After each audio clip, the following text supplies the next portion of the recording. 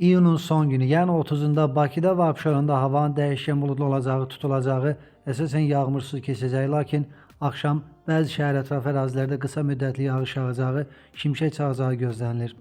Milli Hidrometeorologiya Xidməti bildirir ki, cənub-qərb küləyi axşam şimal-qərb küləyi ilə əvəzlənəcək. Temperatur gecə 18-20, gündüz isə 25-29 dərəcə isti olacaq. Sabah Naxçıvan ərazisində də gün ərzində bəzi yerlərdə arabir yağış yağacaq. Havanın temperaturu 23-27 dərəcə isti gözlənilir. Azərbaycanın bir çox rayonlarında hava yağmursuz keçəcək, lakin şimal və qərb rayonlarından başlayaraq səhər saatlarından etibarən arabir yağış yağacaq, ayrı-ayrı yerlərdə intensiv olacaq, şimşək çağacaq, dolu düşəcək, axşam yağıntılar bir qədər də güclənəcək. Gecə və səhər duman olacaq, mülayim şərq küləyi əsəcək. Temperatur gecə 16-20, gündüz 28-33, dağlarda gecə 8-13, gündüz 17-22 dərəcə isti olacaq.